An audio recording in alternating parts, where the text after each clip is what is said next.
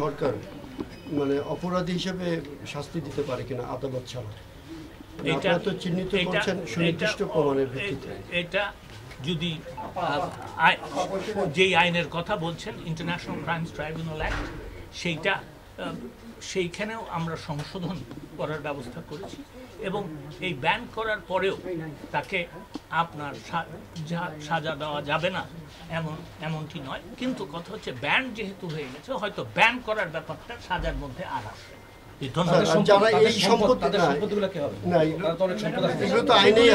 সেগুলির ব্যবস্থা হবে, এটা আইনে আছে, উনি তো বললেনই এবং সঠিক।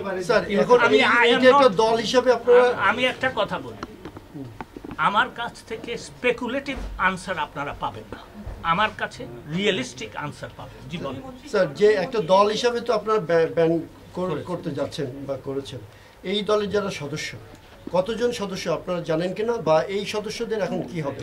তারা কি ফৌজদারি আইনে অপরাধী হিসাবে গণ্য হবে নাকি কি হিসাবে হবে? এই দলের আন্ডারে তারা রাজনীতি করতে পারবে না এবং তারা যদি দেখেন, আবারও আমি বলছি, বাংলাদেশে আইন আছে, তারা যদি বাংলাদেশের কোনো আইনে অপরাধ করে থাকে অবশ্যই তাদের বিচার হবে।